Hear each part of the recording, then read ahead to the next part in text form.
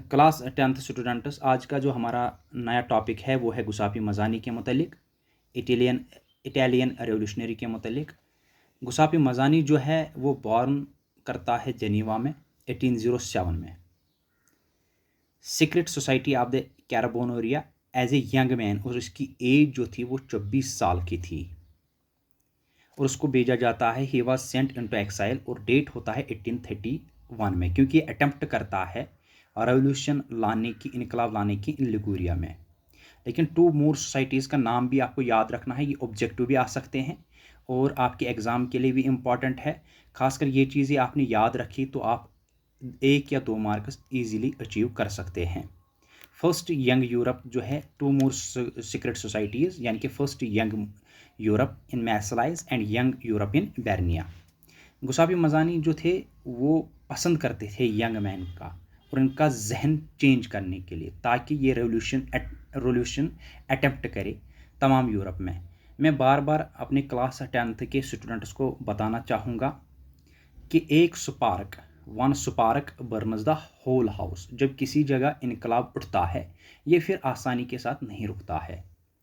ये जानता था गुसापी मज़ानी कि मैं अगर ये रेवोल्यूशन अटेम्प्ट यहाँ पे करूँ तो इसका मतलब कंजर्वेटिव्स मुझसे नाराज़ होंगे ही, क्योंकि लिबरल्स और जो लिबरल्स एंड डेमोक्रेट्स थे या जो सोशलिस्ट्स थे, जो चाहते थे एक नया विजन लाना यूरोप में मोनार्की के ख़िलाफ़, इन छोटे छोटे किंग्स के ख़िलाफ़ या किंगडम्स के ख़िलाफ़ स्मॉल पैचेस जिन्होंने बनाया था, छोटे छोटे हिस्से किए थे हर जगह के, तो वो चाहते थे। लेकिन इसीलिए मैटर्निस ने कहा, डिस्क्राइब किया कि सबसे बड़ा अगर कोई दुश्मन है, described him as the most dangerous enemy of our social order, तो वो है गुसापी मज़ानी। इसलिए गुसापी मज़ानी का ये इम्पॉर्टेंस दी गई है। लेकिन इन सीक्रेट सोसाइटीज़ को फॉलो करते हुए इसमें फ्रांस भी पड़ा, फ्रांस ने भी ऐसी सीक्रेट सोसाइटीज़ वजूद में लाई, पोलैंड एंड इवन इंडिया ने भी सीक्रेट सोसाइटीज़ जन्म दिए। और उनका काम क्या था? इन कंजर्वेटिव्स का जहन चेंज करना, एक नई सोसाइटी का विजन लाना, एक नया तौर तरीका लाना, अपनी कंट्रीज़ में एक नए अटेम्प्ट शुरू करना। और वो थे कि हमारी सोसाइटी जो है वो डेमोक्रेटिक हो और वो रिपब्लिक हो, वो फ्री हो और वो राइट इक्वलिटी पे मबनी हो। ये इनका पहला मिशन था। और ख़ासकर यूनिटी लाना, अपनी कंट्रीज़ में यूनिटी लाना, जो कि छोटे छोटे जो स्मॉल पैचेस में बटे हुए थे states, small states and kingdoms, patch work of small states and kingdoms, ये कंटिन्यू ना रखना बल्कि इसको डिसकंटिन्यू करना।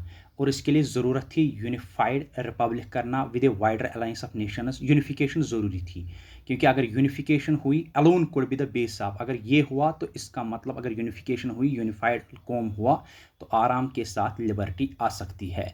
और मोनार्की और इसका जो विजन है ये खतरे में पड़ जाएगा। और कंजर्वेटिव्स ने इसीलिए मज़ानी को कहा कि अगर कोई most dangerous enemy of our social order है वो है गुसापी मज़ानी। इसलिए मैटर्निस ने भी ये डिस्क्राइब किया है, जो कि क्लास 10th में अगर आप पैराग्राफ देखोगे 2.4, वहाँ पर एक एक चीज़ का जिक्र किया गया है।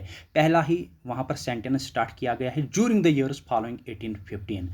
तो वहाँ पर आपको पता चलेगा कि liberal nationalist underground secret societies जो है वो यूरोप में किस तरीके से स्टार्ट की गई, और स्प्रेड जो है ये आइडिया जो है वो किस तरीके से फैलता गया, और इस आइडिया को किस तरीके से एक एक कोने में यूरोप कॉन्टिनेंट में फैलाया गया।